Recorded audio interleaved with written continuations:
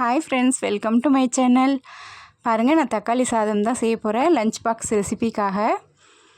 உங்களுக்கு இது என்னென்னா வெங்காயம், தக்காளி, பச்சை மிளகா, கடலைப்பருப்பு, மஞ்சள் பொடி, பெருங்காய பொடி இது எல்லாமே எடுத்து வச்சுருக்கேன். உங்களுக்கு வானலில் எண்ணெய் விட்டு சூடான பிறகு கடுகு ஜீரகம் போட்டு பொரியும் பொழுது இந்த கடலைப்பருப்பும் மஞ்சள் பொடியும் போட்டு கொஞ்சம் ஃப்ரை பண்ணிக்கோங்க. கொஞ்சம் கடலைப்பருப்பு வந்து சிவக்கட்டும். லைட்டாக செவந்தால் கூட போதும், ரொம்ப செவக்க வேண்டாம், அப்புறம் கருகிடும். அதனால் லேசாக செவக்கட்டும்னு நம்ம வெங்காயம் போட்டுக்கலாம். உங்களுக்கு நான் வந்து இஞ்சி பூண்டு பேஸ்ட் இதுக்கு நான் இடிக்க போகிறேன். இஞ்சி வந்து ஒரு பெரிய துண்டு இஞ்சியும் ஒரு 5-6 பல் பூண்டும் வந்து நம்ம சீவிட்டு ஒரு சீவலில் சீவிட்டு இல்லைன்னா கல் உரலில் போட்டு இடிச்சுக்கோங்க.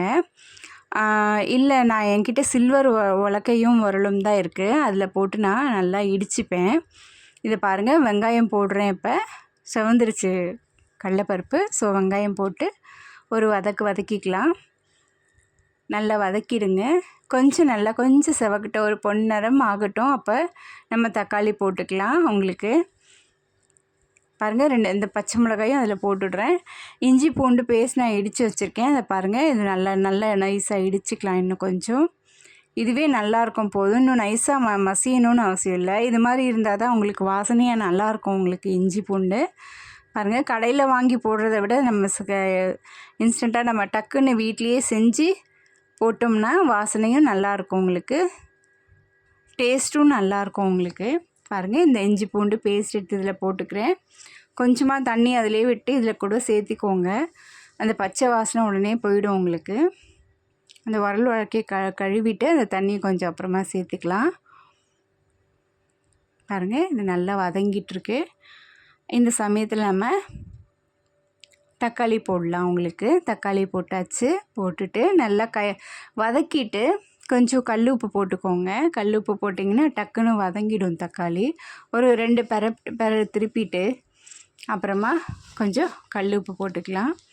இப்போ நல்லா நம்ம இது போட்டு வதக்கும் பொழுதே நம்ம தக்காளி என்னென்னா கரண்டியால் அப்படியே மேஷ் பண்ணி அமுக்கி விட்டிங்கன்னா நல்லா அப்படியே வதங்கிடும். உங்களுக்கு அந்த மேஷ் ஆகிடும். உங்களுக்கு தக்காளி வதங்கிட்டு வெந்துருது இல்லைங்களா, அதனால் அப்படியே மேஷ் ஆகிடும். உங்களுக்கு இந்த கரண்டியாலே திருப்பி கொஞ்சம் அப்படியே அழுத்தி விட்டிங்கன்னா அப்படியே இது பாருங்கள் நல்லா வதங்கிடுச்சு. நான் வந்து இப்போ சாம்பார் பொடி தான் ஒரு 2 ஸ்பூன் போட்டுக்கிறேன். உங்களுக்கு இதில் நான் 1 ஸ்பூன் போட்ட மாதிரி இருக்கும். நான் 2 ஸ்பூன் சாம்பார் பொடி போட்டிருக்கேன். இதில் உங்களுக்கு போட்டு ஒரு வதக்கிட்டு நம்ம இஞ்சி பூண்டு நறுக்கிட்டு அதை தண்ணி ஊற்றி வச்சுருக்கோம் இல்லையா, அந்த தண்ணி எடுத்து இதில் ஊற்றிக்கோங்க. ஊற்றிட்டு ஒரு சிம்மில் வச்சுட்டு 1 நிமிஷம் நல்லா கொதிக்கட்டும்.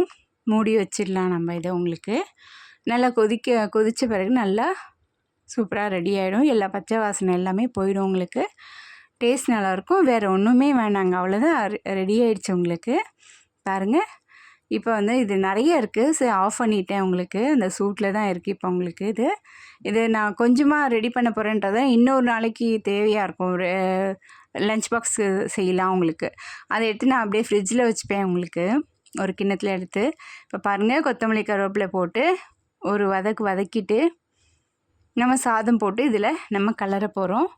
ரெடி ஆகிடுச்சு நமக்கு தக்காளி சாதம். உங்களுக்கு சூப்பராக. பசங்களுக்கு வந்து உங்களுக்கு பச்சை பட்டாணி பிடிக்கும் அப்படின்னாக்கா, பச்சை பட்டாணி நம்ம பீல் பண்ணி நம்ம அதிலேருந்து எடுத்து பச்சையாக கிடைக்கும் இல்லைங்களா, ஃப்ரெஷ் பட்டாணி இருக்குல்ல, அது வாங்கி போட்டுக்கோங்க. அது போட்டு நம்ம வதக்கினாலே நல்லா வதங்கிடும். பிடிச்சு சாப்பிட்றாங்கன்னா அதை போட்டுக்கலாம். உங்களுக்கு உடம்புக்குமே ரொம்ப நல்லது. குழந்தைங்க சாப்பிட்ருவாங்க, விரும்பி சாப்பிடுவாங்கன்னா போடுங்க. இல்லை முந்திரி ஒரு 4 முந்திரி கூட போட்டு வதக்கிக்கலாம். உங்களுக்கு பாருங்கள், இது வந்து லஞ்ச் பாக்ஸுக்கு 2 பேருக்கு நான் எடுத்து வைக்க போகிறேன். லஞ்ச் பாக்ஸுக்கு ரெடி ஆகிடுச்சு. தேங்க்ஸ் ஃபார் வாட்சிங்.